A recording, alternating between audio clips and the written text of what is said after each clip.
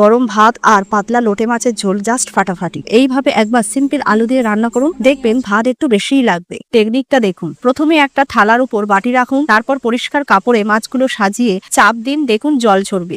এবার বাটিটার উপর রেখে আরেকটা থালা চাপিয়ে ব্যালেন্সটা ঠিক করে ভারী কিছু চাপিয়ে 1 থেকে 1.5 ঘন্টা রেখে দিন। ব্যালেন্সটা কিন্তু ঠিক করে দেবেন। টেকনিকটা আমার পিসিমার কাছ থেকে শেখা। এই মাছের মধ্যে জলের পরিমাণ অনেক বেশি, দেখুন কত জল বেরিয়েছে। এবার সেই একই জিনিস নুন, হলুদ আর লঙ্কার গুঁড়ো মাখিয়ে 10 মিনিট রেখে মিডিয়াম ফ্লেমে একটু লালচে করে ভেজে এই তেলেই আলুগুলো ভেজে তুলে দিন। এবার মিডিয়াম ফ্লেমে একটু তেলে 5 ফোড়ন, কাঁচা লঙ্কা, টমেটো, পেঁয়াজ অল্প ভেজে আদা রসুন বাটা দিন। একটু নেড়ে নুন, আবার নেড়ে ধনে গুঁড়ো, হলুদ গুঁড়ো, জিরে গুঁড়ো, সামান্য গরম মশলা জল দিয়ে মিনিট খানেক কষে নিন। ভাজা আলু মিশিয়ে পরিমাণ মতো জল দিন, মানে পাতলা খেলে বেশি নয়তো কম। চাপা দিয়ে ফুটতে দিন 10 থেকে 15 মিনিট। আলু সিদ্ধ হলে মাছ, গরম মশলা আর ধনেপাতা কুচি দিয়ে গ্যাস বন্ধ করে চাপা দিয়ে রাখুন 5 মিনিট। হরহরে বা ভ্যাদভ্যাদে ভাব থাকবে না।